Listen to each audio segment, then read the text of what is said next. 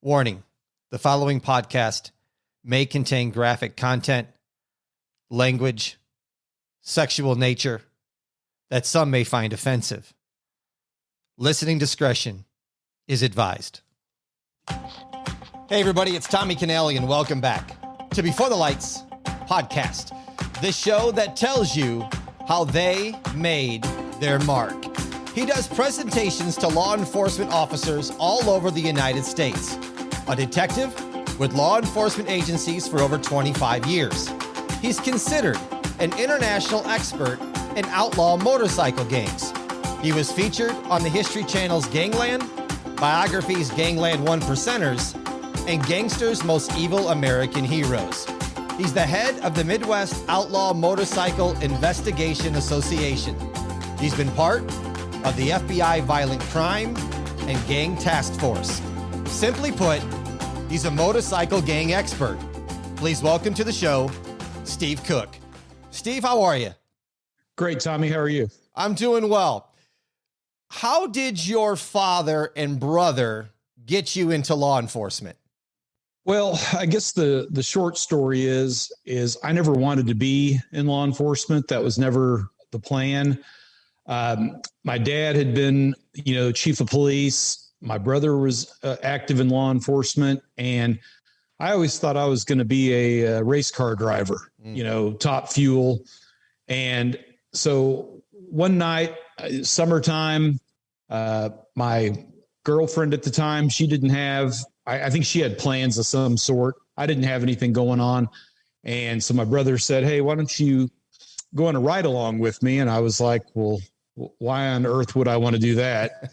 And he said, "Hey, it's something to do." So, I went ahead and did it. And really by the time that the night was finished, I thought, this may be something that I could get behind, drive fast, some of the things, the adrenaline things that I liked out of racing cars, I kind of, drew some similarities with. You end up being a cop in Missouri, but tell me, how did you end up out at the Southern California Outlaw Motorcycle Gang Conference? So I got to meet some really great people, and I think just through working motorcycle gangs, I was so aggressive as a young officer doing it, and I made some contacts out of state. I was told about the conference. Started going to the conference, and it was kind of unique because I was really the only guy, with a few exceptions. There was a few Vegas cops that made their way out to it, but other than that, I was pretty much the only guy outside California that was at this conference. And I ended up meeting, these legends in the field, guys like Mike Vaughn from LAPD. I mean, he was, probably one of the most prolific biker cops in, the history of the world. I met Bubba Williams over at LA Sheriff's Office, Guy Benoit over at Riverside. So I started, Bob McGuigan over at, I think he might've been over at DEA at the time, but, the list goes on and on. I started meeting all these different people, and just kind of started soaking in as much information about it as I could. Steve, how much training have you had on outlaw motorcycle gangs? I mean, I would say easily over 1,000 hours at this point. I've been to so many conferences over the last, 28 plus years, have presented so many different training conferences. And so, even, I've been to conferences that are just exclusive to motorcycle gangs, and then just conferences where they may have a little block here or there that dealt with it.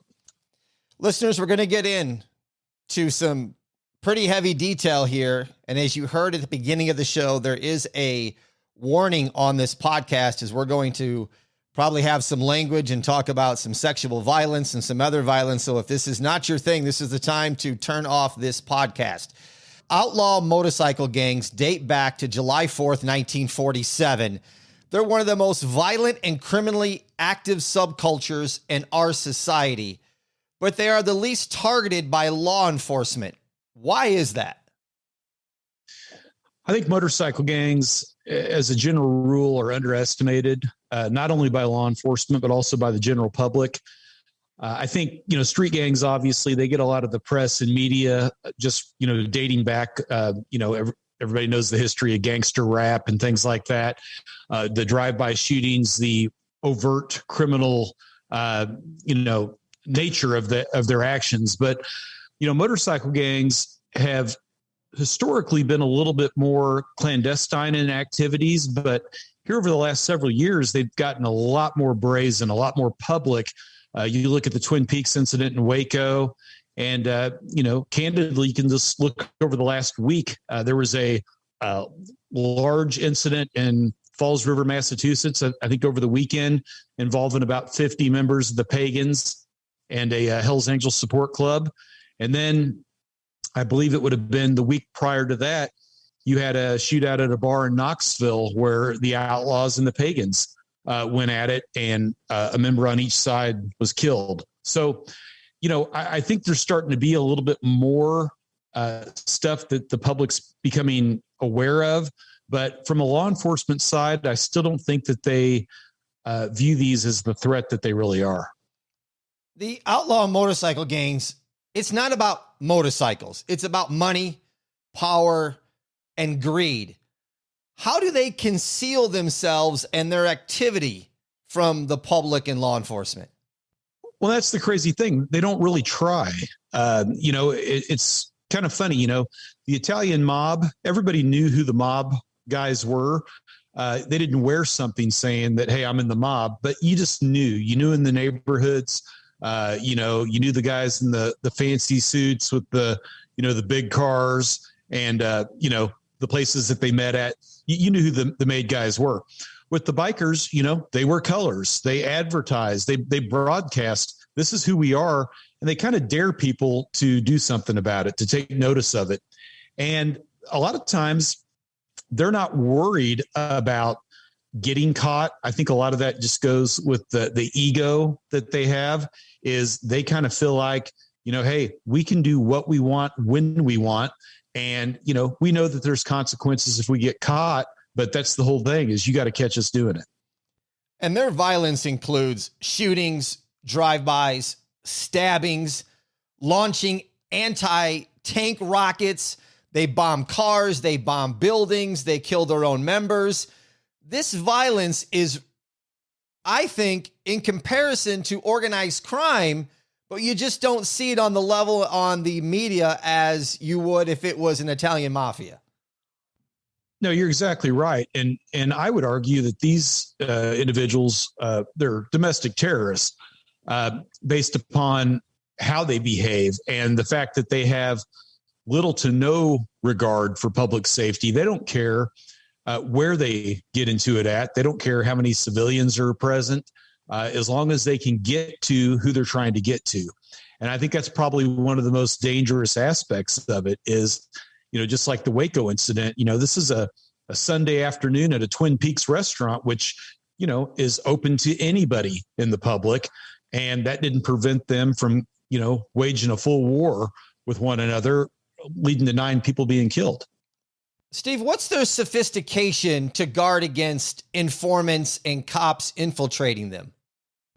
Well, they do background checks, and a lot of times they will hire, PIs, individuals who, in some cases, sadly to say, might have prior law enforcement experience, but they'll do background checks. They have them fill out pretty extensive applications to vet them, references, getting their criminal history, their, vehicle information, if they have any military background, all that stuff.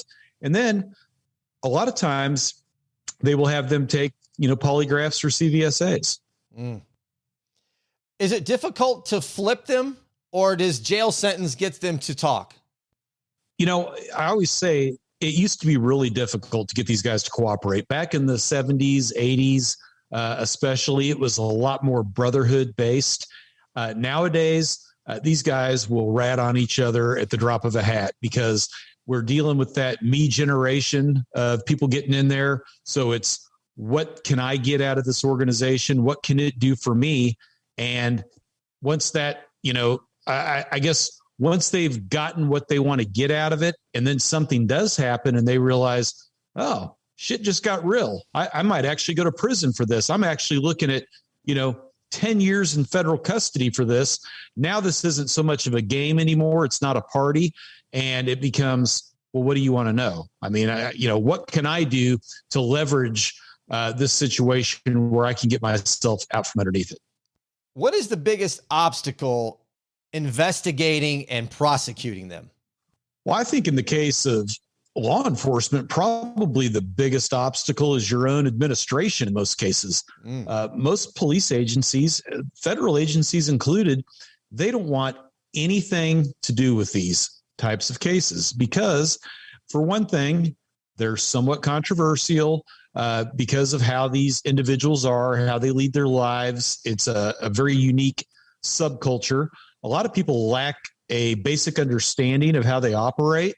And it's also, I think, scary to some people because they are fairly unpredictable. They are violent and they don't know how they're going to react to it.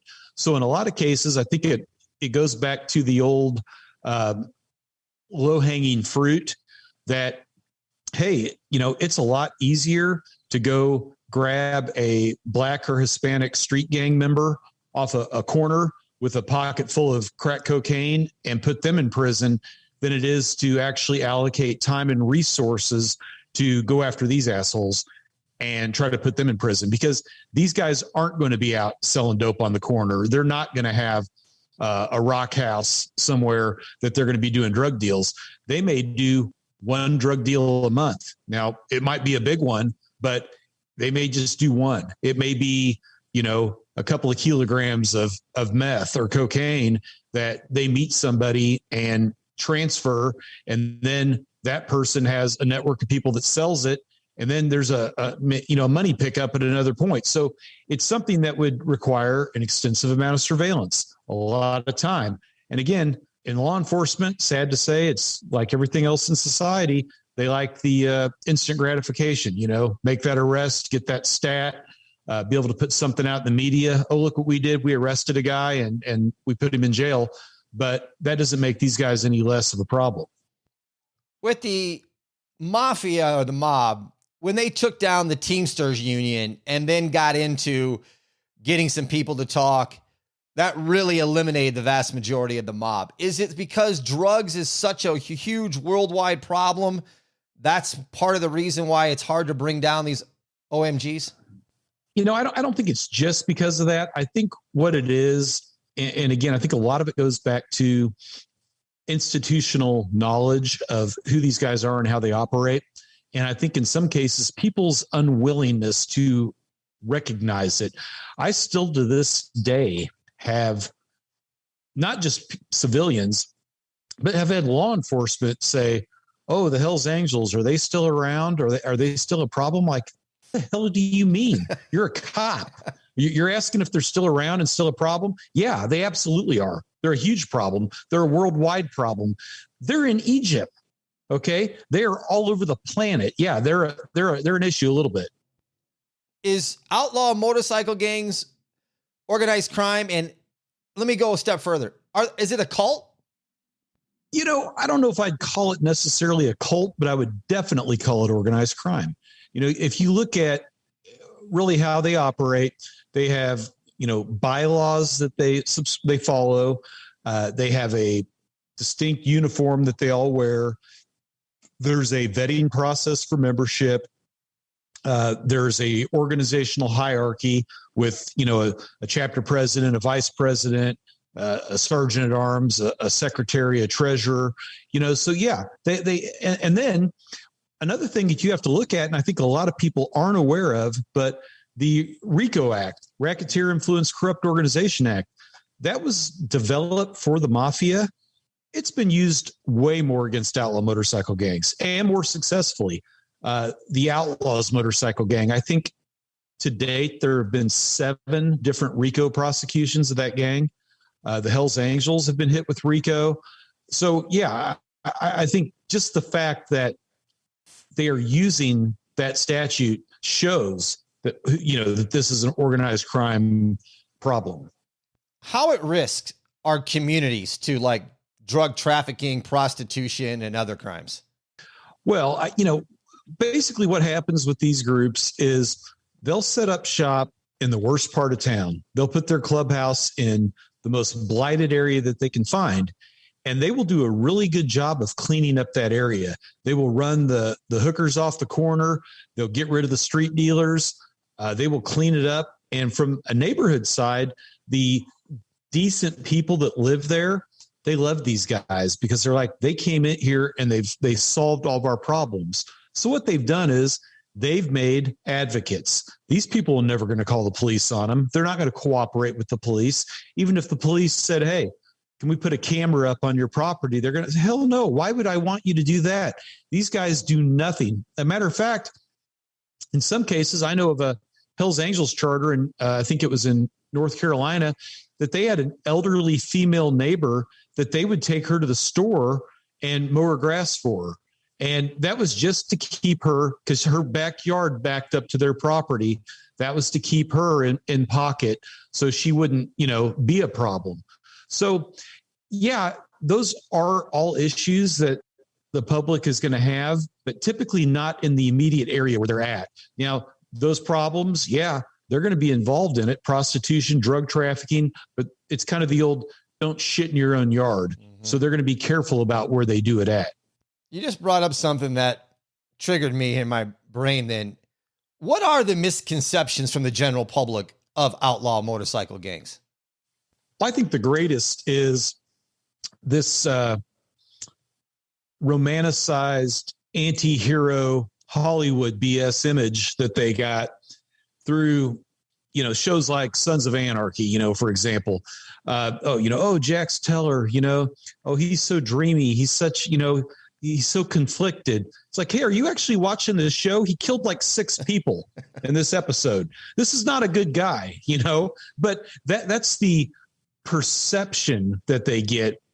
And a lot of people in law enforcement of, these guys are just, in some cases, fat, bearded, long-haired, white trash, dope fiends, and it couldn't be farther from the truth. You don't judge a book by its cover. Now, granted, nowadays you have a lot of these guys, especially in the Hells Angels, that are in better shape than, Olympic athletes. I mean, these guys now, granted they're hitting steroids and everything else, but you look at them and these guys are chiseled. They're big, brawny dudes that can take care of themselves. But looking at any of these groups and looking at it with a clear lens, you may have somebody that is 100 pounds overweight, tons of tattoos on his arms and face and head and shaggy hair and a beard. But that doesn't mean that he wasn't a LERP in Vietnam. That doesn't mean that he wasn't a ranger, in the military. A lot of these guys have extensive military background, deployments, everything else. They are very, weapons savvy. They're very intelligent. So I think that's the biggest problem. And I think they feed off of it, but it's just being underestimated. People just look at them and they don't take them seriously. They think of Wild Hogs, or they think of, Clint Eastwood movies, of how these guys are. And it couldn't be farther from the truth. They have to go through a pretty extensive process to get accepted to be part of an outlaw motorcycle gang. Can you give us an example of maybe some like humiliating tests that they have to maybe do or overcome to get accepted? And a lot of it depends on the group. I think one of the biggest things, and maybe not so much humiliating, but groups like the Outlaws, they are extremely brutal to their probationary members. These guys will get beat. They run them through the ringer, keeping them up for 24, 48, 72 hours on end, doing things for the gang. So I think for a lot of them, the not only physical stress, but the mental stress as well of just trying to hold this all together, being questioned all the time about your background. Basically you're constantly being assessed. What kind of member are you going to be? What kind of biker are you? There's a term that's used, they call it a mud check. And what a mud check is you check someone's mud. You see what they're about. Now, a lot of times a mud check can be, they put you into a situation to see how you'll handle it. And it may be, somebody putting hands on you. Are you going to fight back, defend yourself, or are you going to, fold over and fall on the ground? So there's a lot of things that'll happen through the course of this. And I think what a lot of it is it's just the not knowing what's going to happen next, what's going to come next. For a lot of these guys, it's probably the most stressful aspect of it. Steve, how true is it that for some of these gangs, to join, you have to have your own American-made motorcycle? If that's part is the truth, the second part, can they take that bike from you? Yeah, so you're supposed to have an American-made bike. Now, we're starting to see that slowly disintegrate. I have seen Hell's Angels riding BMWs. I have seen members of the Vagos on what I'd call a crotch rocket style bike. Now, granted, that was in Nicaragua, but with these being worldwide organizations, it's difficult to get motorcycles in certain countries. And especially now that you have the vast expansion throughout Southeast Asia and, into Africa, into the Middle East, all over Europe, it does become a little bit more difficult, I guess, for these guys to get bikes. But yeah, groups like the Vagos, they will have people sign their motorcycle over while they're prospecting. And I think in a lot of cases, they know that this person has zero chance of making it, but they look at it as, hey, we get a bike out of it. Maybe this person surprises us and they make it through. And if they do, okay, that's fine, but probably they aren't going to, and then we'll just take their bike. Chat about the seriousness of touching their colors or their vest. If you're a civilian, definitely, if a civilian were to walk up, in a bar or something and, tap one of them on the vest or, slap them on the back or something, that's going to be a big problem. Somebody's going to get a pretty good beating out of that.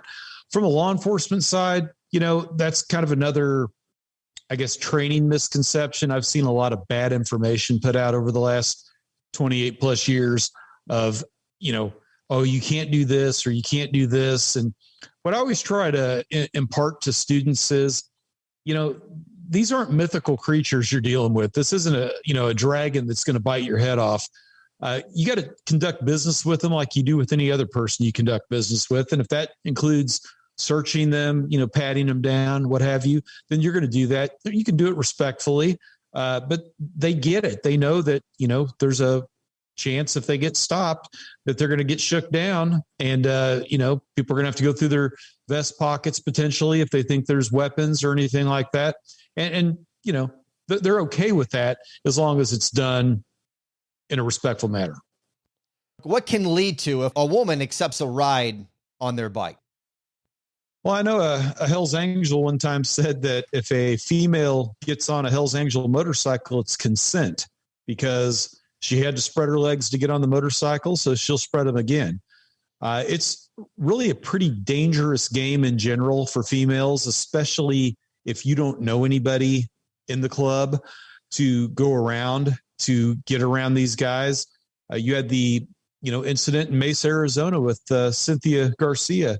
She was a mother. She's at the clubhouse. She's partying with some of the members. Apparently gets a little too intoxicated, maybe gets a little mouthy and disrespectful.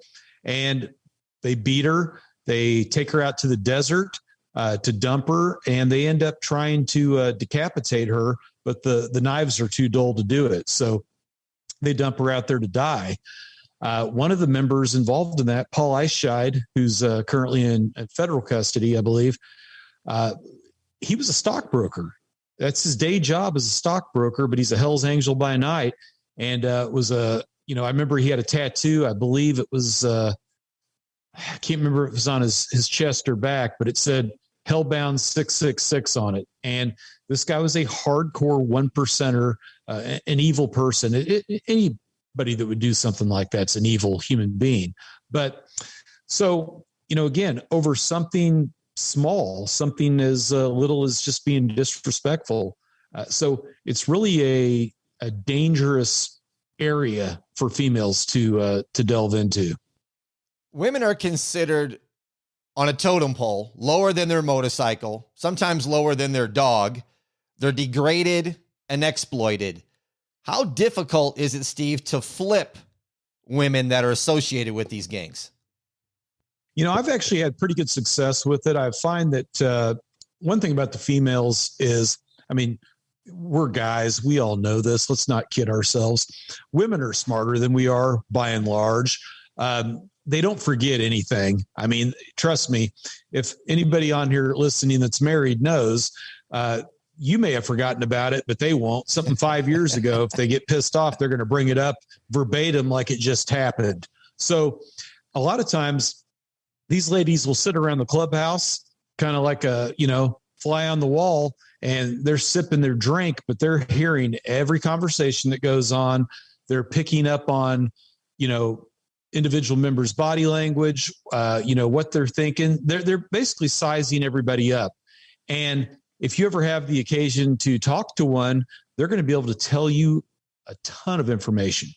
And so what I found is a lot of times gals that are involved in that process, that are considered property of a member, is they obviously have some self-esteem issues, but if you can get them on your team, so to speak, they will give you the same level of commitment that they were giving to the organization or to the member. They're extremely fiercely loyal in that regard. And I think in most cases, the best angle, the best approach to take is their children. The children is the only stability that they have in this whole lifestyle. And if there's a threat of losing their children through some kind of court process, that's typically what will turn 99% of them around. Do they get fearful of first cooperating with you on what might happen to them back in the clubhouses, so to speak? Yeah, I think that is for all of them, including, the guys too. It's, they know that the stakes are pretty high if they decide to go down that road. But, again, I think if it's properly conveyed to them and what the options are and what the, potential security measures can be taken for their safety, I think you can overcome that. This is my story. No symptoms to being diagnosed with colon cancer, which led to 4 surgeries and a 50-50 survival rate.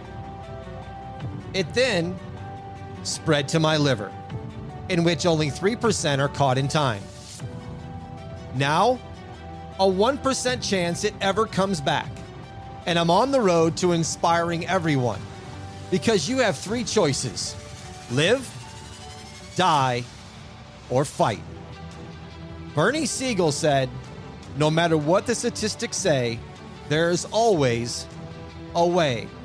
To book me, Tommy Canale, to speak to your event or group, go to TommyCanale.com. That's TommyCanale.com. And get ready to be inspired to inspire others, because you're one day away from changing your life. Click the link in the show notes. Explain the run bag theory. So the run bag theory, particular group that we investigated, the El Forastero and the Galloping Goose. So what they were doing is they had a series of runs that they were required to go on every year as part of their membership in the organization. And it was like a New Year's party. They had Mardi Gras, they had All Charter, Memorial Day, Labor Day, Halloween. There was a gypsy run that they participated in. So because they knew that they were always under law enforcement scrutiny, they decided that it would be smart if, instead of everybody carrying their individual drugs to the run with them, if the drugs were already there when you got there. So the determination they made is, for example, if Kansas City, where I'm located, if they were going to host the run, the 4th of July run, then what would happen is that every other charter, each member would have to pay $40. I believe 4th of July was maybe 70. It was a little bit more expensive, but on average, it was like $40 per member and per associate that attended, like an old lady or a friend of the club. So they paid this money to their treasurer. Their treasurer converted that to a postal money order, and he would send it to Kansas City, as would all the other charters. Once Kansas City got all that money, they would go out, they would buy food, they would buy alcohol, and they would buy drugs. They'd buy methamphetamine, cocaine, and marijuana. So what would happen is they would take the drugs and they would have prospects roll the marijuana into what they called run joints. And I mean, they're rolling, hundreds of these things sitting in a little pop-up tent. And then they would take the meth and cocaine and they would weigh it out and put it into bags, and they would call that a run bag. So what would happen is when the other members would show up, they would say, "Hey, who's got the run bag?" And they'd say, "Okay, well, it's one of the Kansas City members." So they'd go find a Kansas City member who had the run bag, and they could go get their drugs, go get high, party, and do all that. So in theory, they thought they were being really smart, like, hey, this is a good way to not get caught. What they didn't factor in is the fact that that's still distribution of a controlled substance. And when you do it 7 times a year and you're buying multiple ounces of drugs, you really quick get over that 500 gram federal threshold of, where it becomes a mandatory minimum sentencing guideline. So yeah, it was, I guess a good strategy in theory, but, ultimately didn't work out real well for a lot of them. What has meth done in general to these outlaw motorcycle gangs? Ruined them.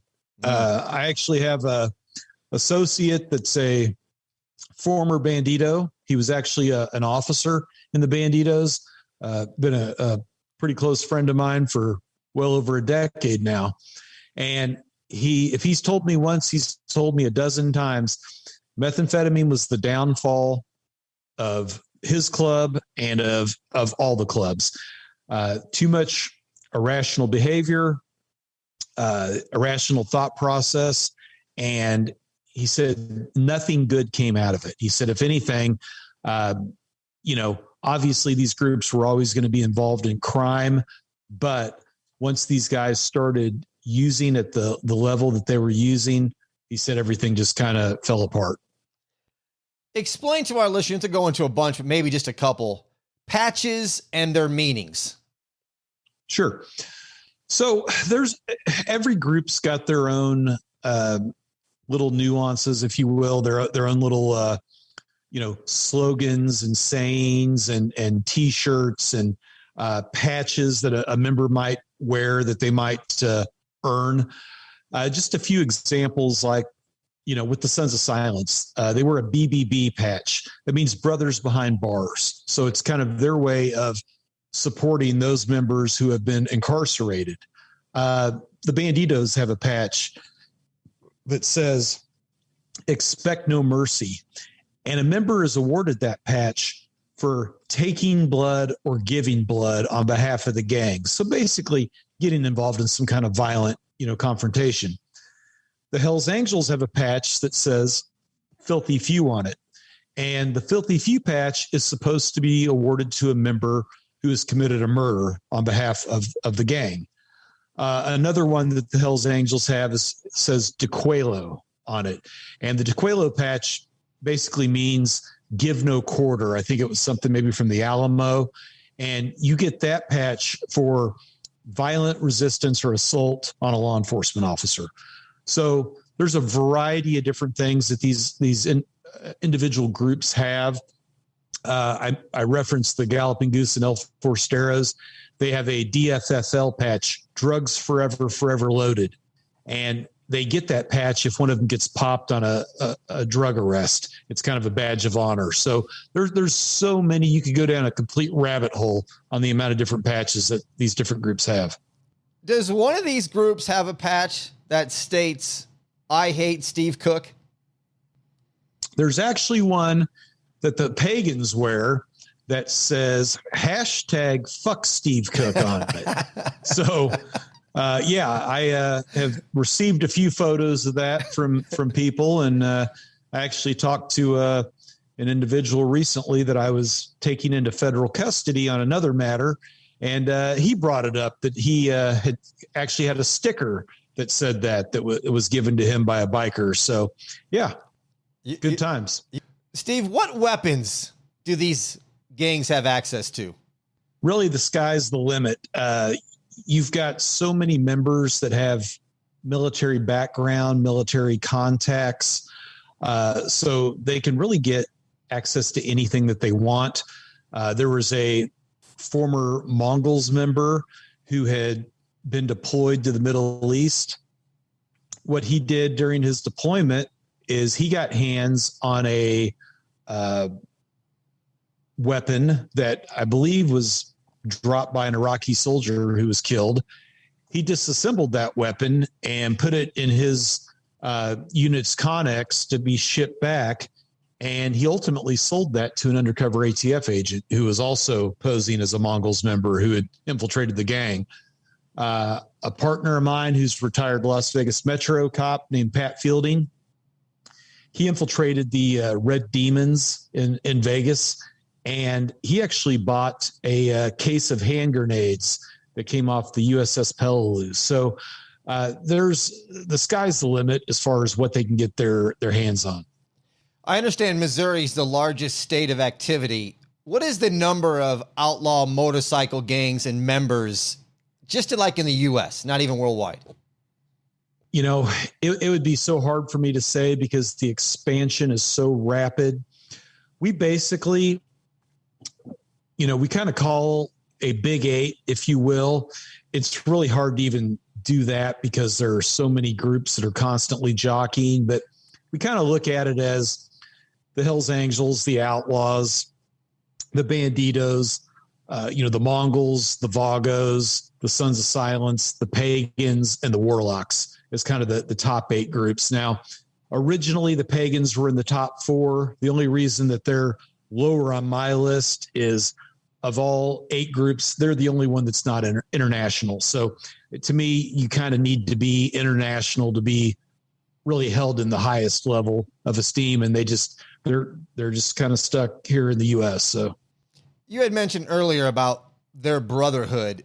Do they have each other's backs as much as they state they do? I think in situations where violence is involved, they do. If something breaks out, they definitely will. But, like I referenced earlier, if it gets to the point that, it's your ass or mine, I think these guys are out for number one. How often are they changing their rules, and do they enforce them? That's an interesting question because as far as the rules are concerned, they're kind of similar to everything else in society. We see that a lot in law enforcement. There's policy, but it depends on who you are. One person might get suspended for 40 hours and another person may never get talked to about it. It just depends on who they are. We see that sadly in politics, in, Hollywood. I mean, let's not kid ourselves. If you or I got up and slapped Chris Rock in the face, we'd be in custody right now. Okay. So whether people want to acknowledge it or not, there are 2 sets of rules. And these groups have it too. And if you're a member that's revered, there may be things that are overlooked. If you're somebody who barely keeps their patch and has a tendency to piss people off, they may make an example of you. We talked about how violent they are. Is one group more violent than the other? I would say of all the groups, I think the Mongols are probably the most violent. Now, when I say that as far as situational violence, as far as public outbreak, no premeditation, just completely reacting to a situation and doing something, really bad. As far as who is the most dangerous, as far as, coming after somebody, planning it, doing it quietly and, all that, it's the Hells Angels. They're far more sophisticated. Like if I was a gang member and I pissed the Mongols off, I'd be real sure to stay out of places that I knew that they frequented, because I know that they would probably address me on the spot if they saw me. But other than that, I might feel like, well, as long as I don't go places Mongols go, I'll probably be okay. I wouldn't have the same feeling if I was someone who pissed the Hells Angels off. I would figure that these guys will look for me. If I'm a former member or something that there's an issue with, they will put in the time and resources to look for me and find me. You were a case agent and secondary undercover in an attempted infiltration of the Banditos. You acted as a webmaster. How long was this infiltration? I think start to finish, that whole deal ran probably about 18 months, but I always like to throw a caveat at it because it was a lot different situation than what you see with a Jay Dobbins or a Billy Queen or a Darren Kozlowski, one of those types of infiltration cases where those guys, ATF, they're living with the gang day in and day out for a year, 2 years, whatever. Ours, we had a group of undercovers. So we showed up at events as a group and we left as a group. We came and went as we pleased. So this was not a 24/7, undercover operation in the traditional sense. We kind of got to pop in and pop out as we deemed fit. Were you able to take down, was there any convictions out of it? No, we didn't make anything of a prosecution out of it. And a lot of it was the lack of direction. And a lot of that's my fault. It's a good cautionary tale, I guess. But, the lesson to be learned is you really shouldn't be a case officer and also try to be an undercover, because it's real hard to stay objective to what your focus should be. And, not going to kid ourselves, hanging out, doing what these guys do. It's kind of fun, riding motorcycles, partying, doing all the stuff. So it's hard to stay focused on a task when that's occurring and say, well, we need to be looking at arresting people. We need to be looking at, making cases. A lot of times that just doesn't factor in. You've mentioned before in other stuff that I've seen that you've lost count on the number of death threats that you've received, but do you take every single one of these seriously, or is there some that you just brush off? I think you have to take everything seriously. At the end of the day, you're always going to have your crackpots. But by and large, I think majority of these individuals, I operate off of respect. I treat you with respect. You treat me with respect. I've never gone out of my way to step on any of these guys. I cannot think of maybe one exception. It was some guys out of Colorado, but pretty much, I've probably stopped 200 plus Hells Angels in the last almost 30 years of my career in one regard or another. And I know the number sounds crazy, but a lot of times when you stop, like I've worked USA runs, it'll be a pack of 30 of them, at a time. Mm-hmm. So, you get a big group, but I've, with, like I said, very rare exception, never had one of these guys not shake my hand at the end of the traffic stop, because I don't treat them like shit. I treat them like men. So I think by and large, you might have a lot of guys that, talk, but at the end of the day, I think most of them recognize that I've got a job to do and I do my job and I don't overdo it. You'll never have one of these guys say that, I tried to plant something on them or I lied about them or do anything like that.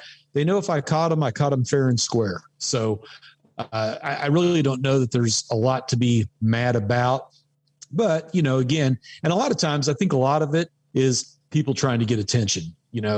I had, a member of a particular group out west that I've never even really dealt with. And that group constantly is trashing me on, biker blogs. One of them even called my business phone and left me a message, threatening me and things like that. And I think for them, it was just trying to get status. Like, hey, look, we're beefing with this cop, we're somebody. And it's like, guys, I don't give a shit about you. If you really want to have a problem, come out here to Missouri because you're out on the West Coast. You're in California and Nevada. If you want a problem, come out here. I'll show you one. Steve, with all the years you've been investigating these outlaw motorcycle gangs, is there one incident that you thought, okay, this may not turn out well, a little scary incident for you? Yeah, there is actually one. And it bothers me to this day because I was not equipped per se to address it. So one night I've been working a homicide. I finally get to go home about 3:00 in the morning and I'm driving this unmarked, I don't even know, like a Malibu. It was not a great car to begin with.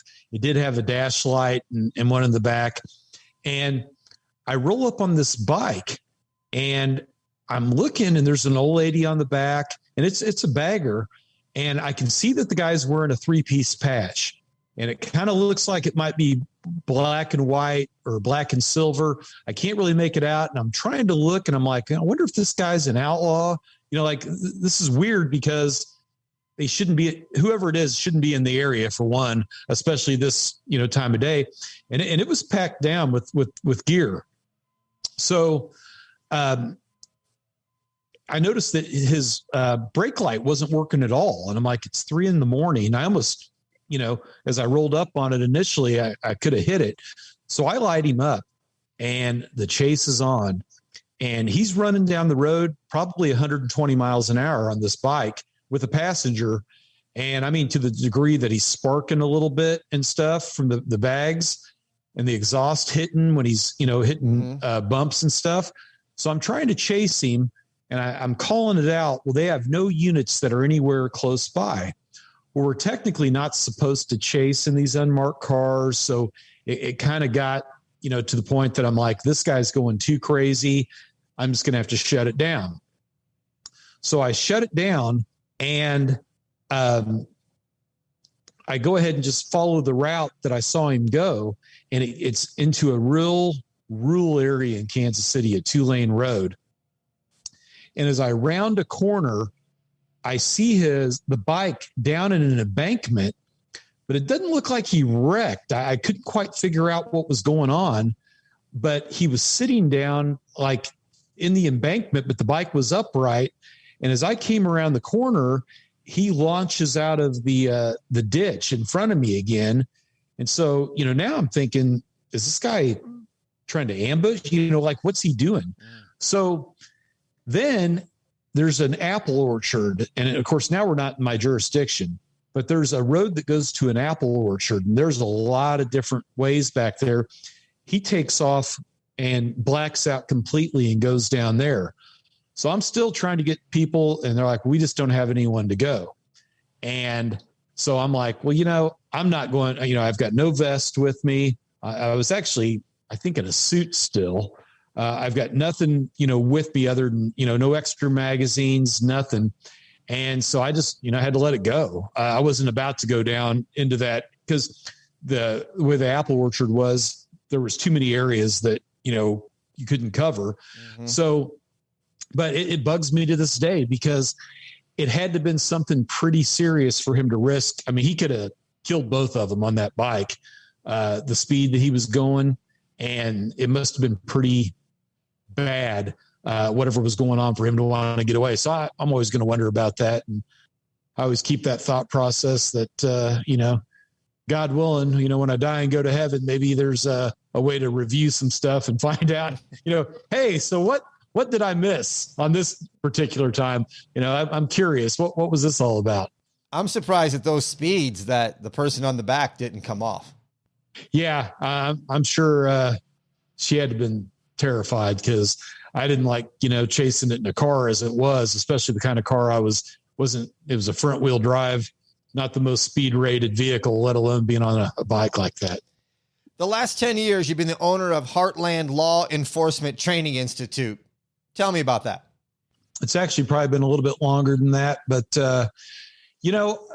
I started teaching for a guy named Charlie Fuller. He was a retired ATF agent, and I started doing some classes for him. And after a while, he told me, he said, he goes, I have some classes for you to do, but he goes, you could obviously do more than what I have, to give you.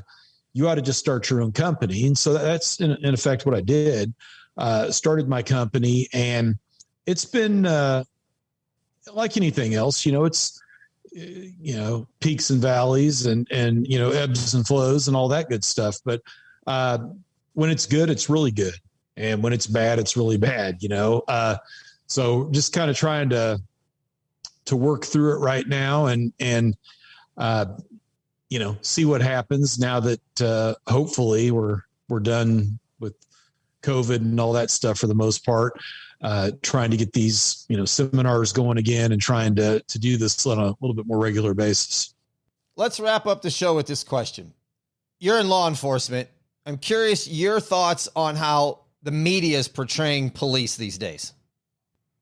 Well, and it's sad to have to say this, but the reality of it is the media is a joke. It's gotten to the point, and it really doesn't matter which side of the aisle that you sit on. There's very little actual journalism anymore. And I think what a lot of people don't understand is everything anymore that's done, it's done for show and what kind of, reaction they can get out of. And, I've done both sides of the equation. I have had, I've been interviewed on the news more times than I can count. And I've done, the O'Reilly Factor back when that was on. And I've done Don Lemon Tonight show. I've done Up Front with Aaron Burnett. I've done these different shows. And I'll throw Mr. Lemon out as an example. You watch him on TV and some of the things he says, and maybe he believes it, maybe he doesn't. But I can tell you, I've also talked to him off the air, getting ready for a show, and he's the nicest guy in the world. Like you don't get that any anti-law enforcement sentiment, Mm-hmm. And I hear the same thing. Oh, Bill O'Reilly, he's a horrible, mean guy. I've talked to him off the air. Super nice, very engaging individual. So you never know what you're seeing, how much of it is theater versus how much of it is what this person really thinks or believes. But the problem is they grab these little pieces, these little narratives, and they run with it. And it's not good for anybody. It's not good for society as a whole, because you're getting to a stage now where nobody wants to be a cop, and it's not sustainable, and crime is going up. And at some point you're going to run into the problem that you don't have anybody that wants to do the job. And then what do you do? And then it becomes chaotic. It's an anarchy, type scenario. And it's pretty sad because it was not that way when I started out. And I think the one thing that I've kind of prided myself on in my career that I've tried to impart to others, and I've talked to a lot of young men from a lot of different backgrounds, white, black, Hispanic, Asian, you name it. But the one thing that's consistent that I tell them is you can't litigate shit on the side of the road. Okay. You may think you're right. You may very well be right. Okay. But this isn't the place to make that determination. That's what they have judges for and attorneys and all that great stuff. That's why these guys and gals get all this money. They can go to law school and do all that to figure this shit out for you so you don't have to. But if you want to end up in the morgue, the best way to do it is to do something stupid. And it's, sad. Anybody that believes a cop wants to kill somebody has lost their damn mind. No cop wants to kill anybody. That's the last thing anybody wants to do, because it affects your life permanently in more ways, not just, your job aspect or anything else, but your, psychologically, everything else that goes along with it. Nobody wants that. So I think the sad part about it is the constant rush to judgment. We don't have any facts or details, but white cop killed a black guy, so obviously the cop was wrong, and we've got to get away from that. I also want to add that I know the media is going to report what they're going to report. We're not going to change that. But why can't they add the good things that the police are doing? Because all we hear about is the bad things. Why can't we get reports on all the good things they do for society? Well, and I think a lot of that boils down to is that there's no, story in that form. There's nothing that they feel like they can get out of that. So they have to, everything's got to be something negative or something ridiculous, pop culture-ish. I rarely, if ever, like perfect example, every time I pull up my feed, I don't see anything in the media, or maybe something very small, about the fact that it was police week.